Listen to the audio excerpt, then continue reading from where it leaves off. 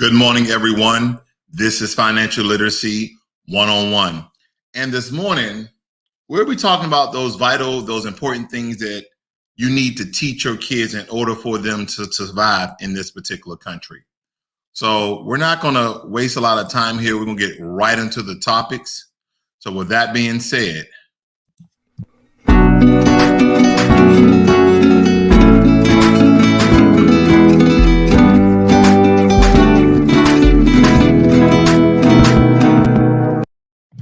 one of the very first things that you need to do when you're living in a system in a country that is one of the most racist, the most wanted countries in the world of white supremacy, the first thing that you need to do is teach them how to handle the police.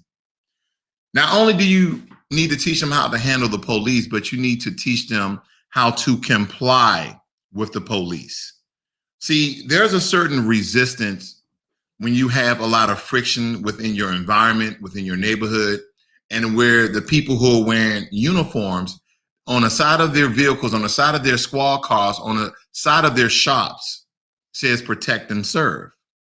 Well, the only thing that they do is over-police Black communities, more so than not. So a lot of times we want to protest, we want to resist, and that's within our right. But with that protest, with that right, and also on knowing the law, comes danger, comes a life-threatening situation every time one of our kids and ourselves come in contact with the police. So in some instances, when there's the right to protest, we protest. But in an instance when you're by yourself, you need to teach your kids how to comply for them to arrive home safe, because your kids, your teenagers are not going to be with you every waking moment. They will be out in the streets. They will be out in the community. They will be out not knowing if your kids are going to come home.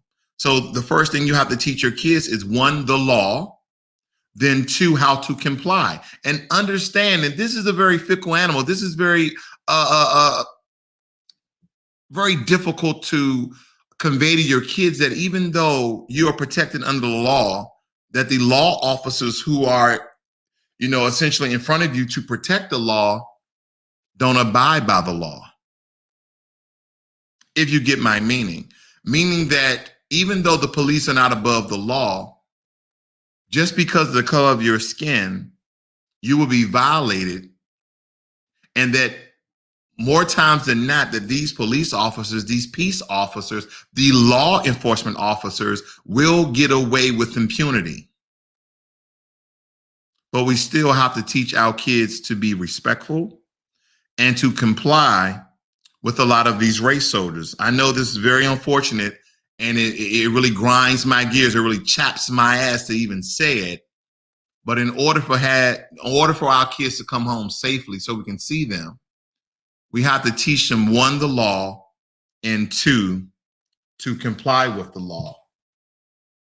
There have been many of our kids who have been incarcerated, who have been killed because they didn't know how to handle the police. And even a few of them who probably were respectful, who probably did comply, still did not come home. So it really doesn't matter. But at the same time, I have high hopes that the majority of our kids, that, one, we helped them to understand how they're looked at under the law, how to have respect for the law, and with heavy breath, have them to comply with the law, even if the police officer is wrong, even if the police is racially profiling, even if the police officer is agitated, because within an instance, if we teach our kids more resistance than compliance, most of our kids will not come home. Good morning, Miss Curly Girl. I don't want to stay too strongly here because we know that this topic is very divisive. It's very volatile. It's a very chaotic situation in our country. But this is the one true skill that your kids, that your teenagers need to understand. And even some adults to this day, they think they are entitled because they know the law. See, what they don't understand is, yes, you know the law, but do you know that you are a black woman, a black man under the law, and that we are treated differently. See, there's a realization that we almost come to. One of the great reasons why we have to have the majority of us fighting, protesting, speaking truth to power. These are some of the things we must do.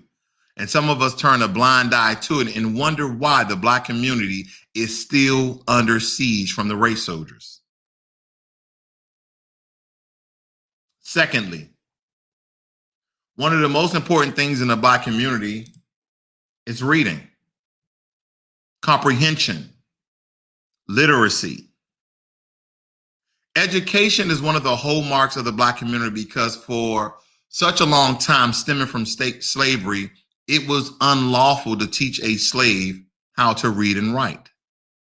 Now, to this day, majority of us with our busy lives, our busy careers, our busy professions and starting businesses and etc., we are forgetting to tell our kids to put down the controller, put down the remote, and pick up a book. Most of our kids are reading 2 to 3 grades lower than their grade average. And it's because either the parents are so busy or so unattentive that they don't even understand their own children's comprehension level, their literacy level. Just have them to read in front of you. It will let you know, wait a minute, are you on the 3rd or 4th grade reading level and you're in the 6th grade? Okay, I need to spend more time with you. I need to go to Barnes and Nobles. I need to go to Amazon. I need to go somewhere to get some books to help you, to speed you along so you can at least be on the grade level of your peers. This is what we're not doing. This is what we're not doing in the black community, whether it be the fathers teaching their sons and daughters how to read, how to comprehend, sentence structure, punctuation, etc. This is very important. We need to help our kids because if we are relying on the school system to teach our kids, we have already failed. We have already failed if you are depending on the school system that is inherently racist to teach your kids how to read, to have them proficient. They would rather put your kids in special ed and say they have a learning disability. Look at the charts. And the one thing we can never argue with, you can argue with my commentary, you can argue with my rant, but you can never argue with the facts. You can never argue with the facts. From 2000 to 2018, college enrollment rates among 18 to 24 years old increased for those who were Black. From 31 to 37 among Black males, enrollment rates were higher in 2018 at 33%. Then in 2000, 25%. However, among Black females, the rate in 2018 was not measurably different from rate in 2000. So no real difference there. We're talking about college. But as we move down and we understand this, what percentage of higher education students are Black? What percentage of higher educated students are Black? 13%. Of the 16.6 million undergraduate students enrolled in the fall of 2018, African American students made up 1.1 million students at 13% of the undergraduate population, but they were not equally represented at different institution types. More stats. What percent of students are Black?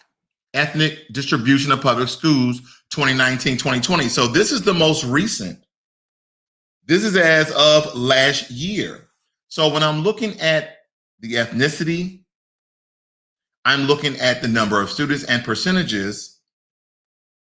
You can tell even in the numbers, but mostly the percentage, we are highly marginalized. So African Americans at 5.30%. I want to skip right over Native Americans because they don't have that many numbers. They're the lowest population. I'm going to go right to Asians at 8% of the population, but they have 9.3% at 575,000. Now, think about this, ladies and gentlemen.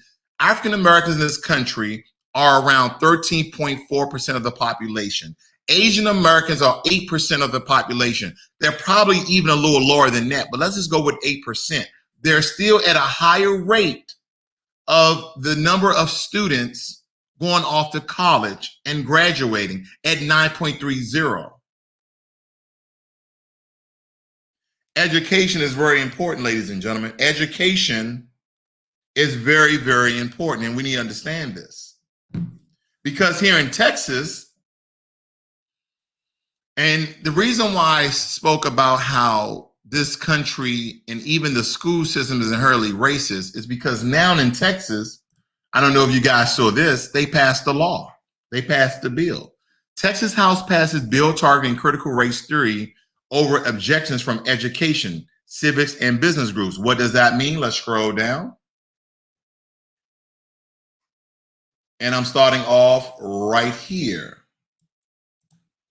Texas legislation would prohibit teachers from receiving training that presents any form of race or sex stereotyping or blame. And it would ban them from teaching that an individual, by virtue of the individual's race or sex, is inherently racist, sexist, or oppressive, either consciously or unconsciously, or that someone should feel guilt, anguish, or any other form of psychological distress due to their race. What is that saying? They're no longer going to teach kids in Texas school system about racism, about sexism, about any form of discrimination. They're taking it all out of the school system. So they believe that if our kids are deaf, blind, and dumb, then they won't know the truth, because they know that Black parents are not teaching their kids their history. We're not teaching our kids our history. And that is the issue that we have in the Black community, where our kids do not even know our own damn history. We must teach our kids what the oppressors, the enslavers, and those who are meant to undermine us, the truth. Because the one thing that's still stemming in the Black community, so the Center of Public Education selected relevant data from this report to help school leaders not only monitor the educational progress of Black students, but also rethink what public schools can do better for Black students. We follow the NCES report using the term Black or African American, a person having origins in any of the Black racial groups of Africa, used interchangeably with the shortened term Black. Well, first and foremost, let's rectify this. There are no such thing as any origins of Black racial groups in Africa. There's no such thing. As an African, whether it be from Nigeria, Senegal, Ghana, Kenya, Uganda, Zimbabwe, Gambia, Namibia, South Africa, Congo, I can go all day. Ask them what Black racial group they belong to in Africa. They probably would chop off your damn head, because there's no such thing. They're countrymen from their country. Nigerian, what Black racial group are you from? What are you talking about? I'm Nigerian, I'm from the Yoruba tribe. Oh. Kenya, what Black racial group are you from in Kenya? From the Ashanti tribe. There's no such thing as a Black racial tribe. Oh, excuse me. Ashanti tribe is in Ghana. My apologies. I mean the Masawi. But now to get into semantics, they say it's here that the poverty rate is still the highest for Black students.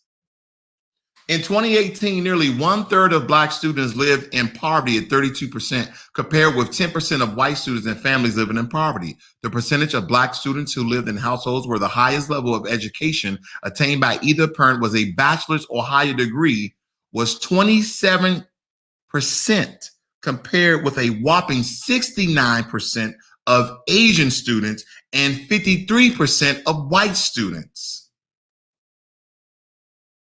See, the discrimination, the benign neglect, the racism is inherently in our school systems, because from the dawn and the creation and unification of this country, it was illegal and unlawful to teach slaves how to read and write.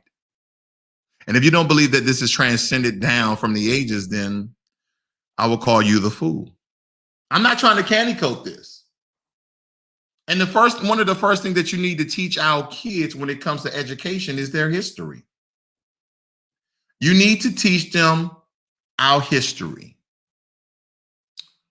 Not from slavery, but from Africa. Let them know the great continent and the great people that we derive from. And not that we migrated here. No, let them know that we were traded and stole and in chains here. And that majority of us died and committed suicide not to be enslaved. Some of us got killed because of sickness on the trip over here. Some of us threw our babies and our cells overboard because we knew what was going to happen. We didn't want to foresee that. We didn't want our kids to go through it. Let them know our painful history. Don't candy coat, not a damn thing. Let them know about 1526. Let them know about 1619. Let them know of all the atrocities that our people have been through to make this country one of the richest countries in the world. Let them know.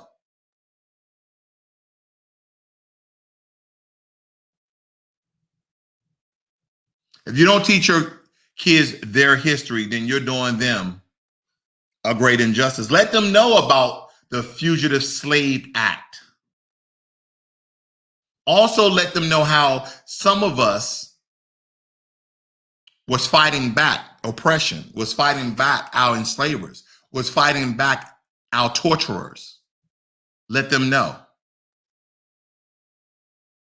But see, it all starts with education. Now, when parents tell me that they don't have the time to teach their kids, I say, well, you had time to get your hair done. You had time to go to the bar with your boys. You had all this time to do all the things, but the one thing that the most precious thing on this earth is to teach your kids their damn history. Because when you're teaching your kids their history, you're doing so much more. You are inspiring them. You are informing them. You are waking them up. This whole new notion of being woke and being conscious. See, if we would teach our kids their damn history, everybody would be conscious and everybody would be woke. And it just wouldn't be a term that we use for certain folk, for certain people. That's the problem. There's only 25% of Black Americans who are conscious and awake. Everybody else is in a trance. Everybody else is in a cyclone. Everybody else is trying to figure out what they should do on TikTok and Instagram to get views. This is our issue. You must educate your kids. Because if you understand slavery through education, then you understand that this all started with capitalism. It all started with money. So you have to teach your kids what? Economics. And see, one of the biggest part about capitalism and living in the system of fiat currency, the most important thing, in my opinion, is not only investment, because we know we talk about that all week long, but is avoiding debt. I grew up in a poor family where my mom died when I was 12. And my mom, before she died, only had an 8th grade education. So the question is, did I learn about debt? No, I did not. Did I learn about savings? No, I did not. Did I learn about investing? Not at all. See, as an adult, I have had credit cards, and I just thought it was free money. I remember going to school and I got a credit card from Discovery. And the limit on that credit card was $5,000. And in 2 weeks, I was $5,000 in debt. See, I wasn't fortunate enough to learn about economics, savings, investing, debt, any of the above. That was something I was all too familiar with before I was even 21. But we need to teach them in order to minimize the amount of debt that kids have.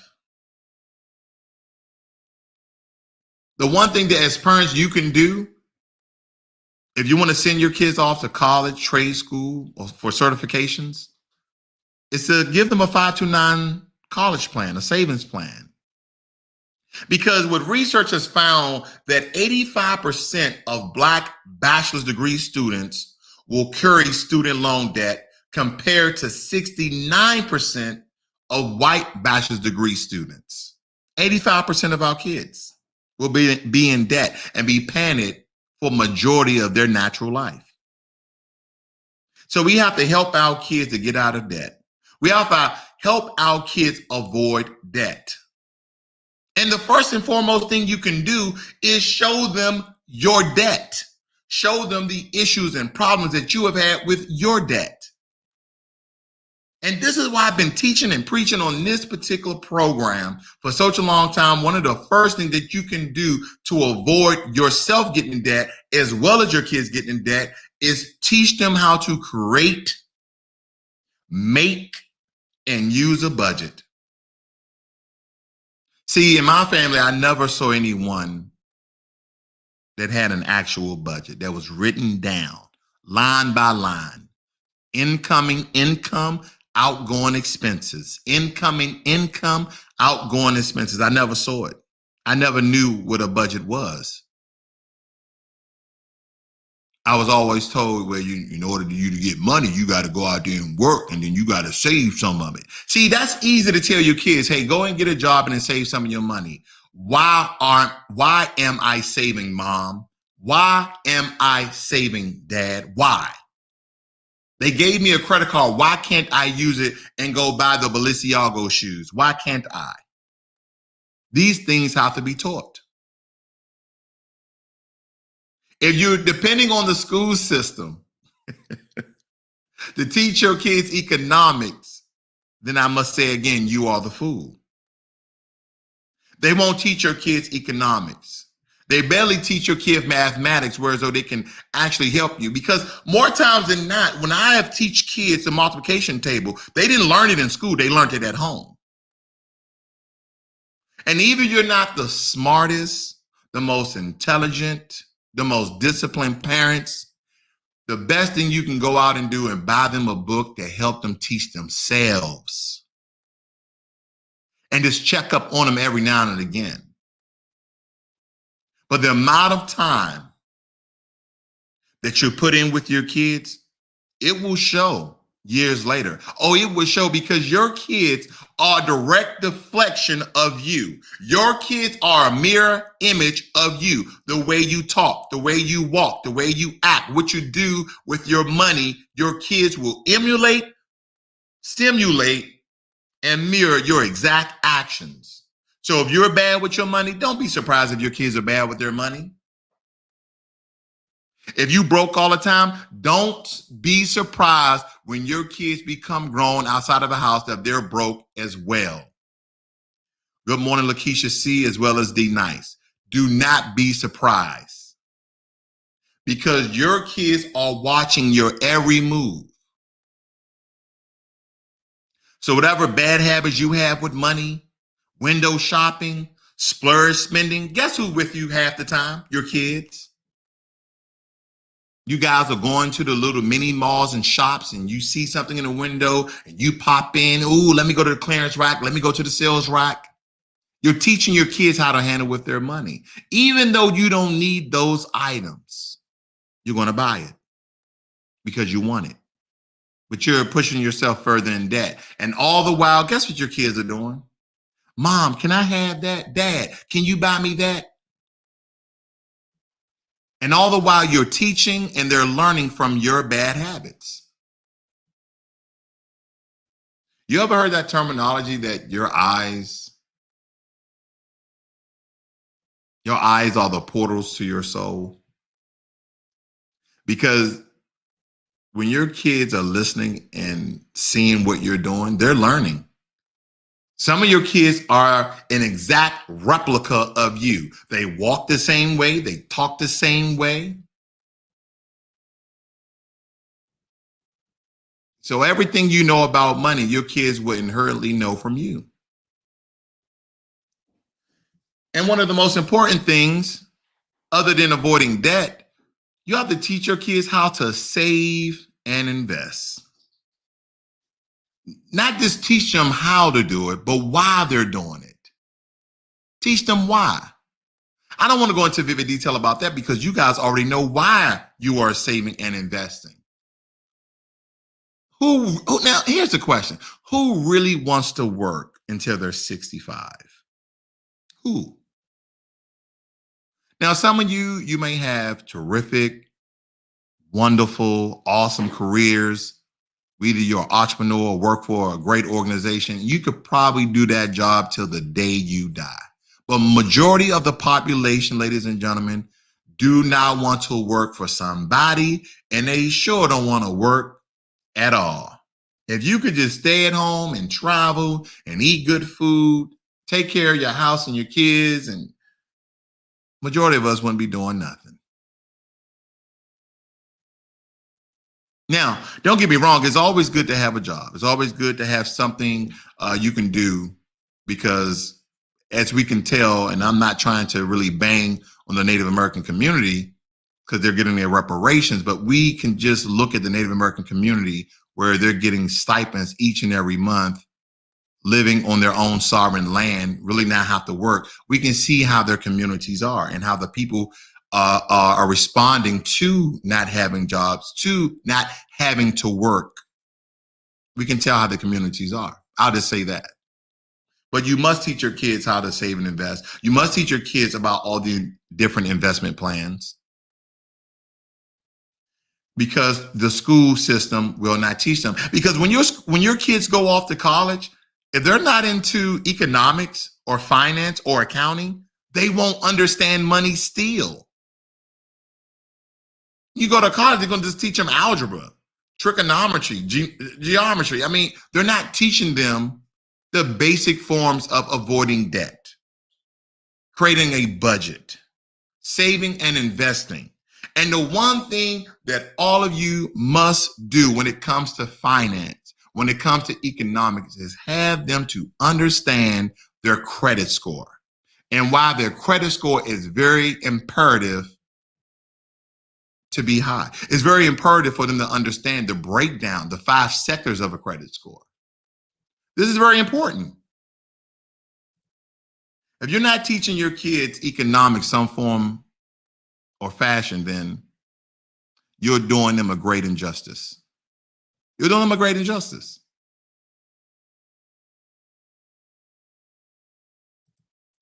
The other thing in the Black community that has been a generational curse has been our nutrition.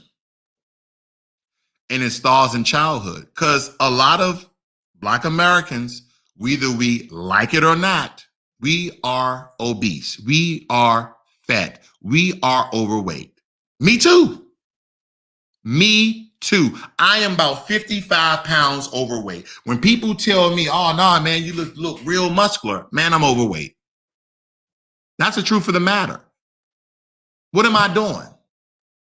I'm drinking a gallon of water a day. I'm doing shakes. I'm eating salads. Sometimes I eat bad. I won't cap to you.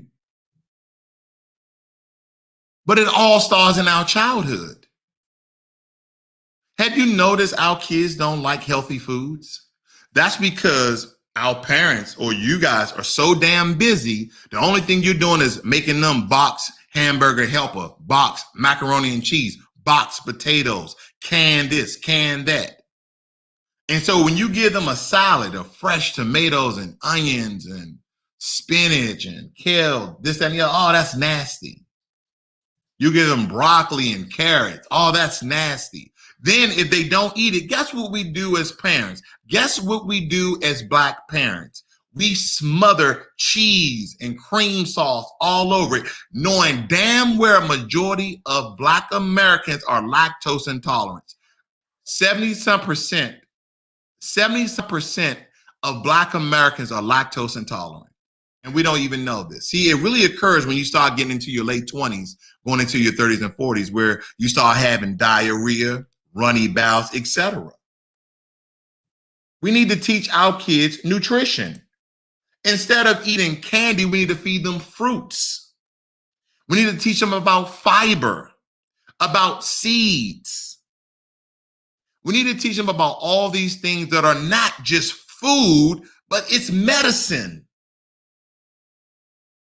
It's medicine, all the different roots, all the different herbs and what they can heal. Like you should know that turmeric is for anti-inflammatory, or dandelions and all the other sorts of herb plants and flowers. That we should be eating these things. I'm not saying that you guys shouldn't teach them about meat, this, that, and the other, because I love a good steak. I love a good slab of ribs. But this is the one thing we're not teaching them. We're giving them candy, but we're not giving them fruit. See, in my family, majority of the time, we eat healthy. Does our son eat candy? Every now and again. But when he comes home from school, he can have a snack. Yeah, go and get you a peach. Go and get your handful of grapes. Go and eat that apple. Hey, there's an orange in there. We need to teach our kids how to eat healthy, and that's with nutrition. Teach them what the food is doing to them. See, this is not what our parents did back in the day, did they? Most of our parents did not do this. What they did was they shoved canned food, boxed food, dried food. I remember, and don't get me wrong, ladies and gentlemen, I'm not oblivious that most of us came from impoverished, low-income areas. I got it. But some of the things could have been different. That's all I'm saying. Because when I was growing up, I didn't know that eggs came from chickens. I thought eggs came from a box because that's where mom got it from. I didn't know that milk came from a cow. I thought it came from a box. That's where mom got it from. I did not know this. I didn't know that cheese was curated in age. I didn't know cheese. I thought cheese come in a box with the macaroni and cheese. See, not only teaching them nutrition, but teaching where their food comes from. Because in this country, if you believe that there's no food discrimination, then I must say again, you're the fool. There's food discrimination. Have you noticed in most low-income Black areas, there is a Walmart or some sort of low-quality food grocery store? And most of those things are not organic. We understand that organic is expensive in some cases. But nonetheless, they have low-quality foods because they're serving a market that has low income. But the food is still low quality. See, this is an entire system of white supremacy that they attack us on all fronts. And we have to combat the education and the manipulation and the psychological warfare that white supremacy has put on our people for hundreds of years. We have to combat that with real and truthful information. You need to test your kids. What did you learn today? Oh, that's what your teacher said? Wait a minute. What context did she mean that? Okay. Wait a minute. You learn about what? Wait a minute. Because we have called the school, hey, why are you teaching the kids this? Hey, you know what? We don't want our kid to learn that right now. They're not ready for that.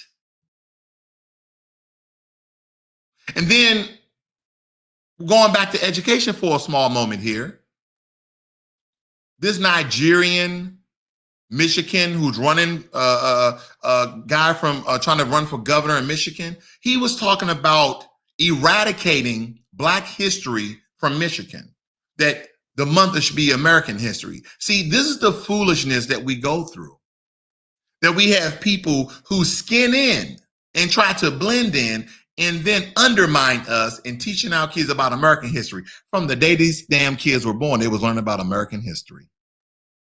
I bet you your kids probably know more white prominent politicians and people than they ever would know about black people. And I blame you, because you know the oppression that we go through on all fronts. Oppression in health, oppression in medical care, oppression in economics, oppression in education. So we have to combat every area that we can. But this is the one thing that we can change. Majority of African Americans are fat, are overweight, because our parents didn't do our due diligence and teach us. But then again, only a small portion of the blame go to our parents. Because when you start hitting the age of knowledge, start hitting the age of knowing, then guess what? You have no more damn excuses to be fat. Like if somebody say, hey man, you fat, you're right. I don't feel bad at all. I don't feel bad at all. And I understand that some women, some females are emotionally tied, are emotionally linked when someone calls them overweight, overfat, obese, morbidly obese, etc. I know. Men, I think most men take it a little bit easier because we just feel as though we can go out here, run a couple of miles, do a couple of push-ups, some pull-ups, some sit-ups. In about a month or two, will be okay. But ladies and gentlemen, it's not the exercise that's hurting us. It's the nutrition. It's the food. First of all, we don't know where the food comes from. Second of all, we don't know what they're spraying on the food. Third of all, we don't know what they're injecting the food with. That's why I say that if you can afford organic, buy organic. And if you can grow food, grow your own food. Grow your own herbs.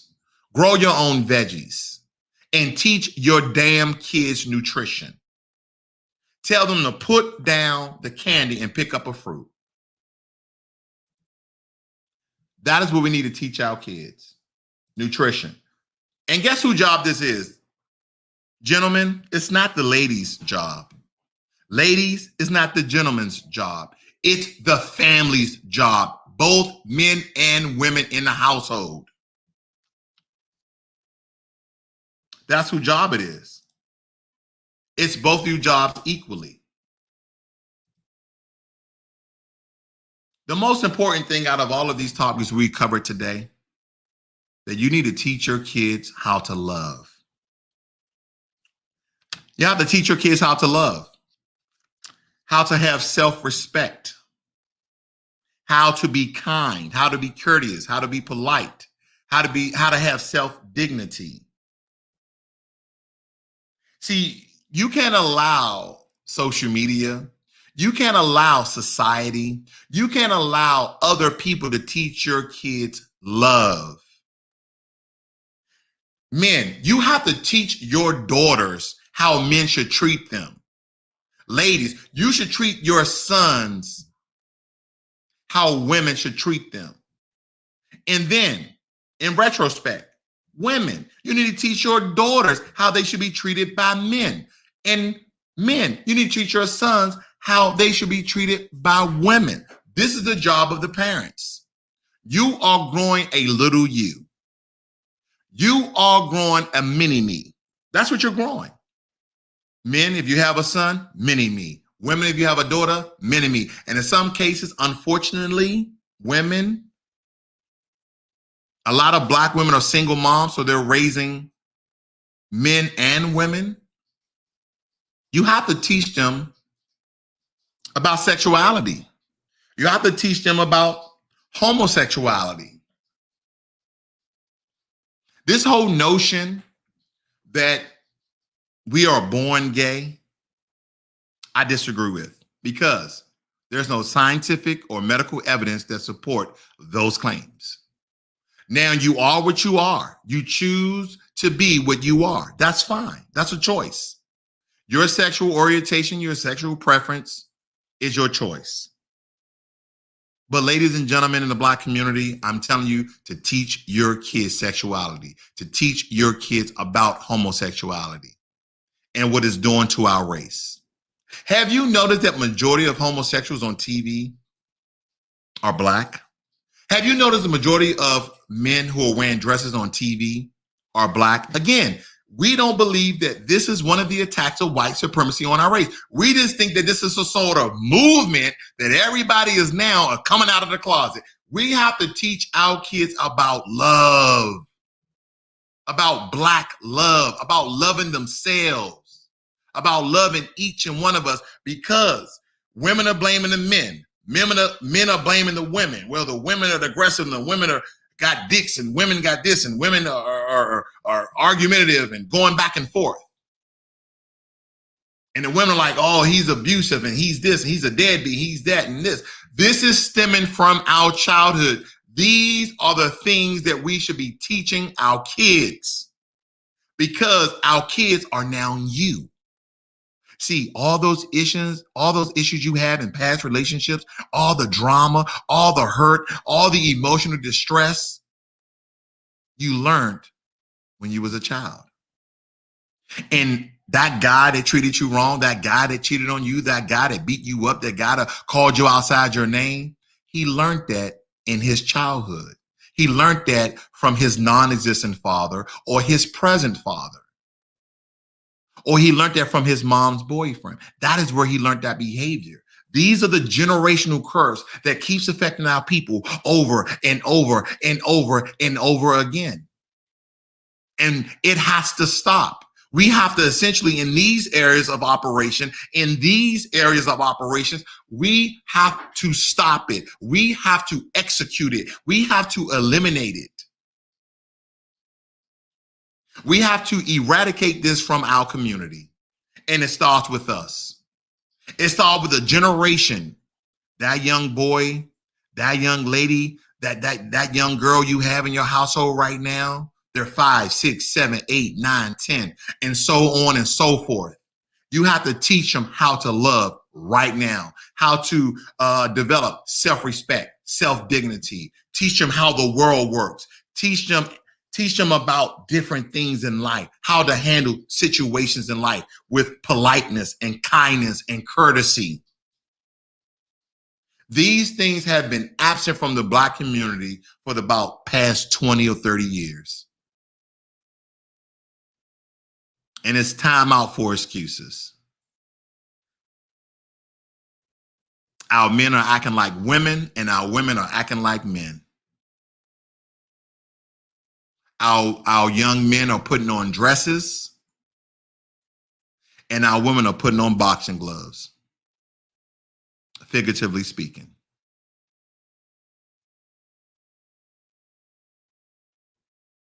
Our men are fighting each other in drag and our women are trying to fight the heterosexual men. These are the issues in our community. We don't know how to love one another. See, if you don't teach your kids how to love, how do they expect how to love? If they don't see mommy and daddy hugging and kissing, how do they know what to expect from their significant other when they get older? See, the issues are on both sides. The issues are on both sides because we're not teaching our kids how to love. We're not sitting down with our kids and having a real conversation. Mommy, why are those two men kissing? Well, those two men seem to be homosexuals, what are also known as gay men. Well, Mommy, Daddy, why are two men kissing? And you have to break that down. Why you believe. And you can't just give them, oh, them gay ass motherfuckers, oh, them gay ass niggas. No, you can't do that. Our children are precious. Their minds are like sponges. And whatever you tell them, they will repeat. They hear you talk, they repeat it. I know my son here, he had said something to me. I was doing a video. I said, how you know that? He said, well, you said it on your video. He's upstairs playing video games. Didn't even know he was listening. Your kids' ears are like radar. They pick up everything. And here's another thing. There's some conversations that your kids should be a part of, and there's other conversations. Because you know what? Have you ever noticed if you're up there, you inside of a conversation, you guys are going back and forth, the conversation is good, the conversation is heated, your kids are sitting there like they're watching TV. They're just sitting there And Lord forbid they say something. Oh, wait, hey, go to your damn room. We have to be very mindful of the things that we're saying around our kids and putting inside of our kids' minds, because again, they are mirroring you. They're listening to you. They're seeing you. So this is your job. This is your job to teach your kids how to love. This is your job to teach your men and women what to accept and not to accept. And if you're not doing it, you're doing them a great injustice. They will not survive this life. I know that the homosexuality topic is a very, very tough topic. But here's the thing. Let me just briefly speak on homosexuality. And I don't have anything against the LGBTQI community, not at all. But I will say this. TV, mass media, social media is highly influential to your children and what they will be and what they will become. So you have to be very, very aware, very cognizant, very transparent with your kids and say, hey, what are you watching? What's that? I pop in on my son all day. I say, I'm always watching you. He's like, you always watch? I sure am. I'm always watching you. Now, I don't say that to be, sometimes I'm being very funny. I'm being somewhat sarcastic about it. But essentially, they're in training each and every day. They're in your household, they're under your roof. They're in training to be adults. And you have to monitor them. I'm not always over him. I'm not always following him, but I am just popping in on him. What are you doing? Oh, I'm just watching this. What's this? What are they saying here? And sometimes you have to just sit down and watch the content they're watching. Because, again, white supremacy operates in all disciplines. That's television as well. You think he's watching a cartoon, but why are they always beating up the black kid? Why does the black kid feel as though they're not pretty? You have to be very aware of what's going in and out of your children's minds, in your children's eyes. Ladies and gentlemen, that is my post for today. Nice to see you, Mitchell Liggins from Alaska. This is Financial Literacy 101. Teach your kids these things and learn money and be inspired. I'm out.